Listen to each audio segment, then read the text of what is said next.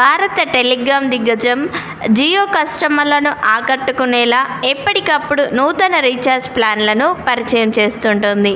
అందులో భాగంగా ఇటీవల మరో కొత్త ప్లాన్ను ఆవిష్కరించింది.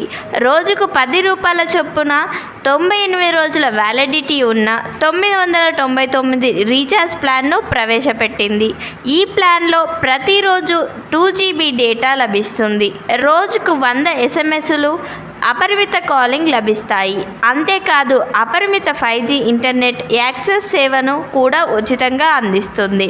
ఇక Jio TV, Jio cloud, Jio cinema వంటి కాంప్లిమెంటరీ సబ్స్క్రిప్షన్ను కూడా కస్టమర్లు పొందవచ్చు. ఎయిర్టెల్ వీటితో పాటు రిలయన్స్ జియో కూడా జూలై నెలలో టారిఫ్ రేట్లను గణనీయంగా 15% వరకు పెంచేశాయి.